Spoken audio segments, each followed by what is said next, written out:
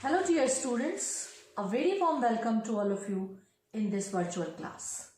I am Shweta Sharma from Government Girls Inter College Bareilly, and today I am going to take poem 3 from your English book Beehive, and the title of the poem is Rain on the Roof. So these are the contents of today's class. Previous knowledge, then about the poet, then poem reading, stanza-wise explanation of the poem, new words, rhyming scheme, literary devices, then central idea of the poem, after that important questions of the poem, and finally recapitulation. So before I start today's class, let me ask you a question. How many seasons do we have? And I know that all of you know the answer. And this is the answer. We have 5 main seasons. They are spring, monsoon, autumn, winter, and summer. And my next question is, which is your favorite season? And I know almost all of you have the same answer, and the answer is monsoon or rainy season. Why is rainy season important? Children, rainy season is very important, especially in our country. As you know that ours is a country where agriculture is the main occupation, and that main occupation of our country depends on this monsoon season or on this rainy season. So this season is very important for farmers and for us also, because it relieves us from the scorching sun. So today we are going to read a poem, Rain on the Roof, which tells us the joys of the rain. Before we start today's poem, let us learn something about the poet. And the poet of the poem is Coates Kinney. Coates Kinney was an American lawyer, politician, journalist, and of course a poet. He was born on November 24th, 1826 in Penn Yan, New York, United States. And after leading a very successful life, he died on January 25th, 1904 in Ohio, United States. And these are his important literary works: Hyuka, Lyrics of the Ideal and the Real, Mist of Fire, a trilogy and some eclogues, and of course Rain on the Roof. Rain on the Roof is a very beautiful poem composed by Coates Kinney, and this poem is our today's topic.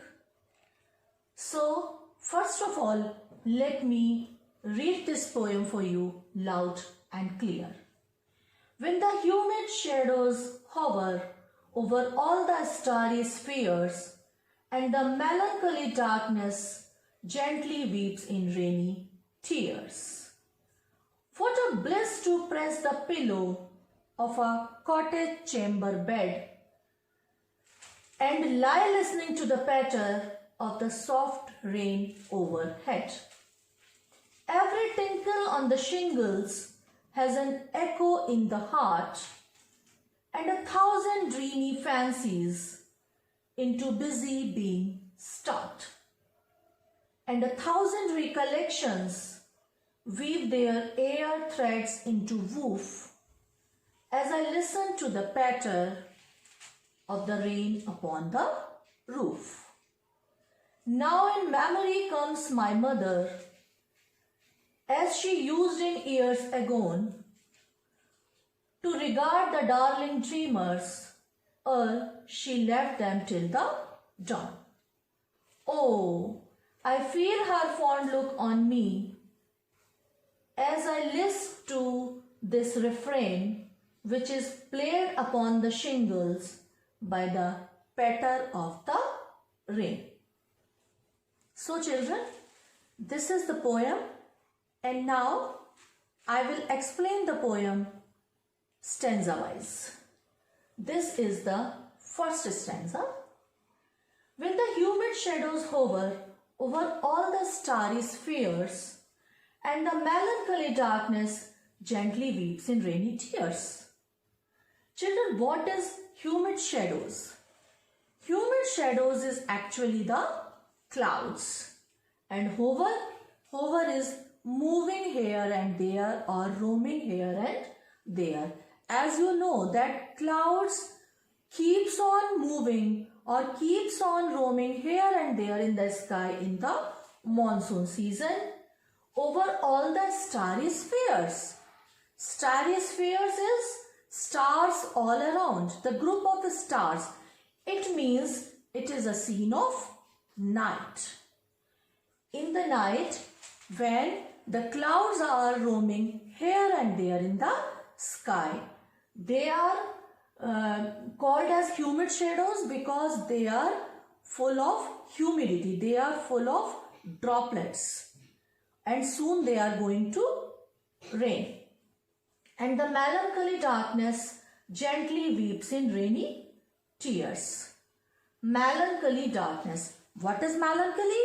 Melancholy is sadness. The meaning of melancholy is sad. And darkness is, you know, darkness is the main characteristic of the night. So, the night is very dark, but for the poet, it is melancholy. Actually, the poet has used a figure of speech, personification here, because the darkness is never melancholy. Because the darkness has no mood. We humans have mood. So, personification is there, or we can also call it transferred epithet.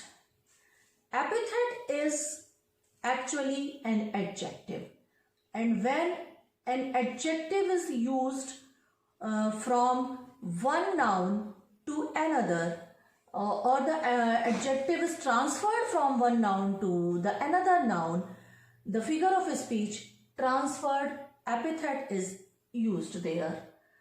And gently weeps in rainy tears. For the poet, this rain is not merely the rain, but this rain is actually the tears of these humid shadows or of these clouds. And they are crying. Why? Because they are full of sorrow. They are full of sadness. A sadness is there. But what is the mood of the poet? Let us see. What a bliss to press the pillow of a cottage chamber bed and lie listening to the patter of the soft rain overhead. Actually, the poet is in normal mood. He is not at all sad. He is not at all happy also. But he is actually enjoying the sound of the rain. You may put a question, why this rain is making a sound? Because dear children, you all are living in pakka houses. But if you have ever noticed the sound of these droplets on the tin roofs, then you can understand these lines. The poet is actually lying in a chamber or in his bedroom which has a tin roof, and because of that tin roof, this sound of rain is being produced. This word patter is used for the sound of the rain. And the poet is lying in his cozy bed with a pillow, and he is pressing the pillow. He is enjoying that moment, and he is listening to the sound of the rain. So if you try, you can visualize these lines. You can visualize the scene that the poet is lying in his bedchamber. He is enjoying the rain, and he is actually lost in the sound of the rain. So I find that these lines are really beautiful lines. And the second stanza, every tinkle on the shingles has an echo in the heart, and 1,000 dreamy fancies into busy being start. And 1,000 recollections weave their air threads into woof as I listen to the patter of the rain upon the roof. Children, what is this tinkle on the shingles? This is actually the sound of the rain. And in this phrase, tinkle on the shingles, the figure of speech onomatopoeia is used. Has an echo in the heart and 1,000 dreamy fancies. Dreamy fancies, again the transferred epithet is used here, into busy being start, and 1,000 recollections weave their air threads into woof. What is a woof? Woof is actually used in the loom. As I listen to the patter of the rain upon the roof. The patter is again onomatopoeia, the figure of speech, because wherever the sound is used, the figure of speech onomatopoeia is used there. So look at these beautiful lines. These lines are full of sound. Actually, they are lines, but if you read them wholeheartedly, you will find that a very sweet sound is being produced through these words by the poet. Every tinkle on the shingle has an echo in the heart. As I have already told you that the poet is lying in his bedchamber and he is enjoying the sound of the rain droplets on his roof. So every sound of the raindrop is creating an echo. Echo is actually the reflection of sound. So every sound of the raindrop is creating an echo in the heart of the poet, and through these echoes 1,000 dreamy fancies, they automatically takes place. It means the poet is dreaming. He has started dreaming 1,000 or a numberless beautiful things into busy being start.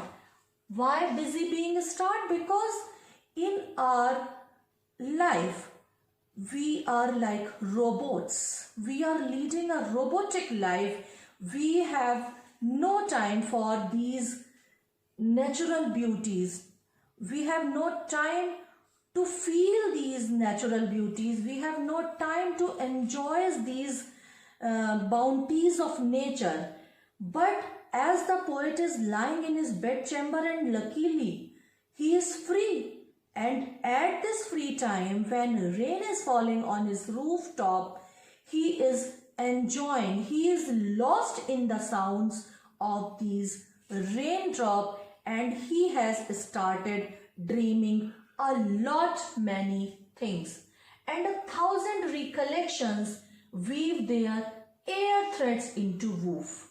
And he is not only dreaming, but he is like imagining a lot many memories, a lot many or a numberless memories are coming to his mind, because he is sitting idle. His mind is free from all worries of the world.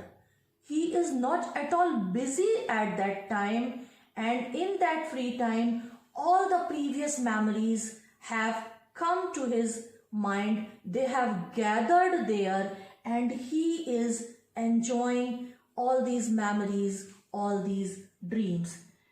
As I listen to the patter of the rain upon the roof, and the poet is again say that as I listen to the patter, as I listen to the sweet sound of these raindrops on my rooftop, I cannot control myself and I start dreaming a lot many things. I start these many things which I must have forgotten due to the busyness.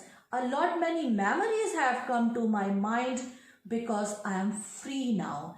And these memories, these dreams, they are giving me the utmost pleasure.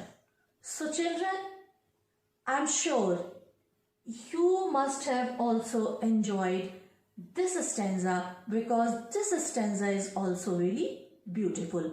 Here, let me ask you a question. Have you ever enjoyed these things? Have you ever enjoyed the rain?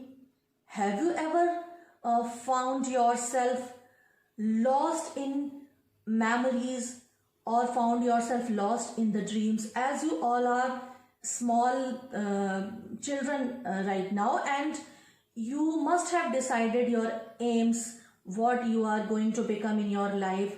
So at these very free times, we start dreaming about our ambitions.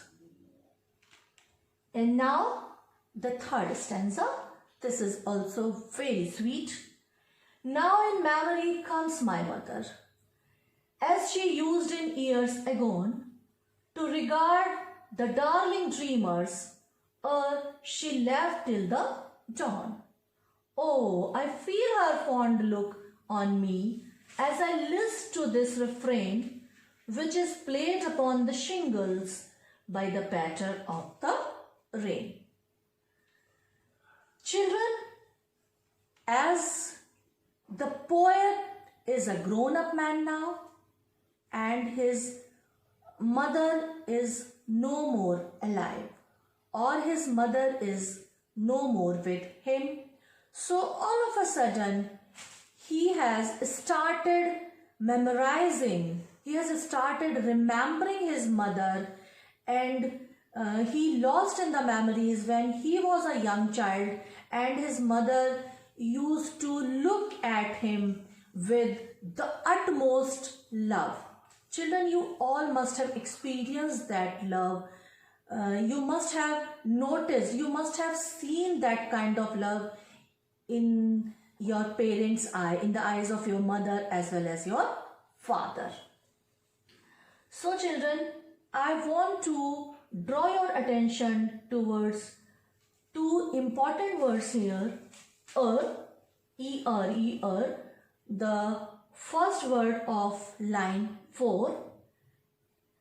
This is actually the old poetic use, and actually this is before. In Old English, at times the poet used to use only ere for before. And the second such word is the third word in this sixth line, list, L-I-S-T. Actually this word is listen. This is not list, but this is listen. This is also old poetic use. We can also call such usage as the poetic liberty.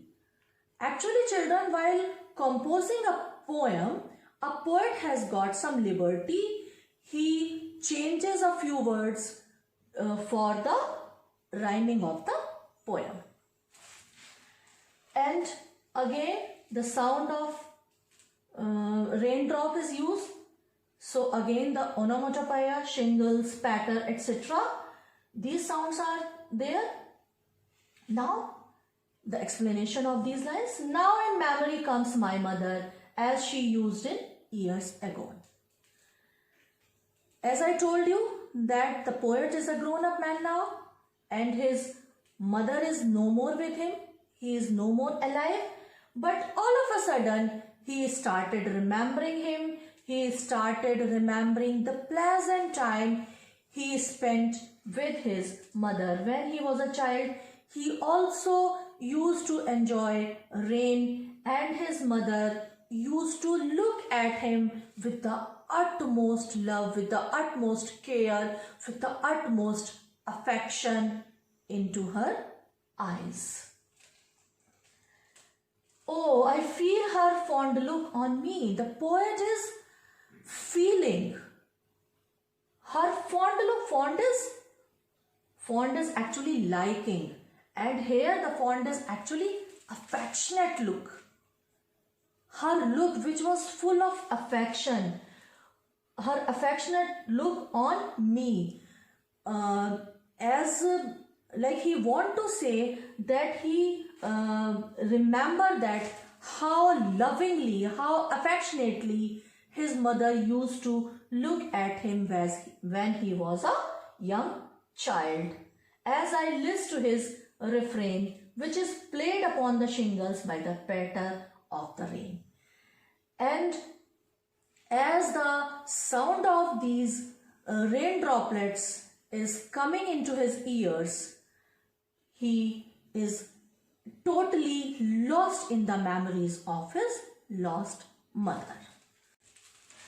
So children, these were the stanza-wise explanation, and now these are the new words which are used in this poem. Have a quick look. Humid, wet, starry, full of stars, melancholy, sad, bliss, happiness, cottage, small hut, chamber, room, patter, a sound of drops, overhead, above head, tinkle, ringing sound, woof, the threads woven across the loom, agone, past time, I have already told you before, shingles, small round stones, dawn, early morning, the time of early morning, echo, reflected sound, dreamy, dreamlike or full of dreams, fancies, imagination or fantasies, recollection, memories, and finally weave, pattern of weaving. So these are the new words. You must learn these new words. And now the rhyming scheme. Children, rhyming scheme is very important in any poem, and the rhyming scheme of this poem, Rain on the Roof, is A, B, C, B. It means line number 2 and 4 are rhyming to each other, and 6 and 8 are rhyming to each other. So I have made a list for you. In stanza 1, the last word of line number 2, spheres, and the last word of line number 4, tears, are rhyming. And in the same way, all these words, let me read all these words for you, all these pairs of rhyming words for you. Spheres, tears, bed, overhead. In stanza 2, heart, start, woof, and roof. And in stanza 3, agone, dawn, refrain, and rain. So these are the pairs which are rhyming in this poem, and the rhyming scheme of this poem is A, B, C, B. And now the very important part of poem, that is literary devices. If we talk about the language and style of the poem, it is although simple but very impressive. when I was reading the poem, you must have noticed that the style is really impressive. It leaves a deep impression on the heart and mind of us. Old poetic words are for before and list for listen. If we talk about figure of speech, personification is used in melancholy darkness and transferred epithet is used in melancholy darkness and dreamy fancies. Onomatopoeia is used in patter, tinkle on the shingles, etc. And alliteration is used at various places. Starry spheres, memories, comes my mother, darling dreamers, etc. And children, now the summary of the poem, which we call central idea of the poem.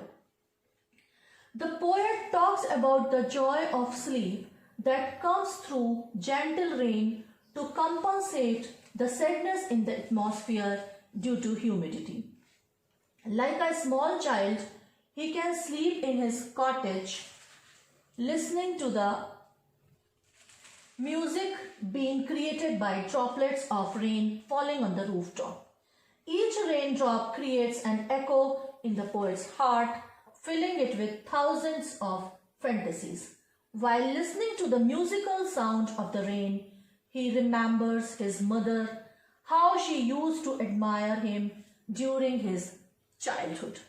It's not just the pleasant memories, but sad memories too came across the poet's thoughts all the while he listened to the echo of the rain falling on his rooftop. And now the important questions. What is a bliss for the poet in the poem?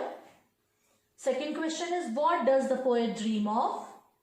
Third is, how does the poet describe the falling rain in the poem? The fourth question is the poet now a child?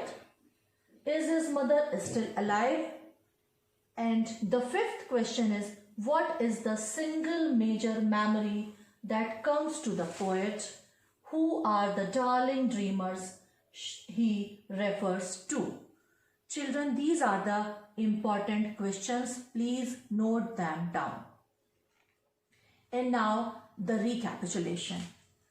Children, let me explain this poem once again quickly. Actually, this poem is about the sound of rain droplets on the roof of the bedchamber of the poet. The poet is lying in his bed with his pillow and he is enjoying the rain. He is dreaming, he is remembering a lot many things.